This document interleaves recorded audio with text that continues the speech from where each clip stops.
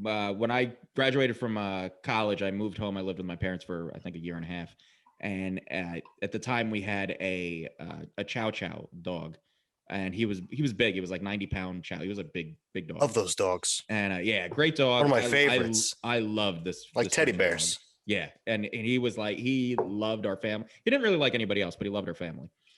But he was never. They're not affectionate dogs. They're not like dogs who like lay all over you. They're more like guard dogs, but he was just a super loyal dog.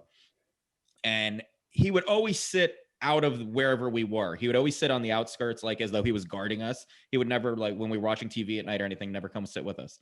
Well, and my dad would always fall asleep at like 8 o'clock in his chair. He would always, at around 8 o'clock, he was always out. And at one point, when I was living at home, the dog started, every time my dad would fall asleep, the dog started going over and pawing him when my dad would fall asleep. And I remember my dad being like, "Hey, Dylan, come on, get away." And none of us, we all thought it was weird, but it was, and that went on for like a couple weeks.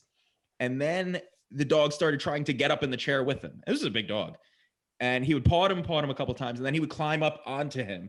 And my dad would have to like throw him off. And and then he would just lay at my dad's feet looking, and he'd never fall asleep. He would just stare at my dad. And then after this went on for like a month, and my dad had to go in for a physical. And in that physical, they were like, "You need to go in immediately for emergency quadruple bypass. Your arteries are completely blocked." And my dad went in, immediately had that, like literally that day, I got the call. I went home from work. My dad went in, had a quadruple bypass. Surgery went fine. He's still alive. And he came home, and the dog never did it again. Wow. That's cool. Yeah.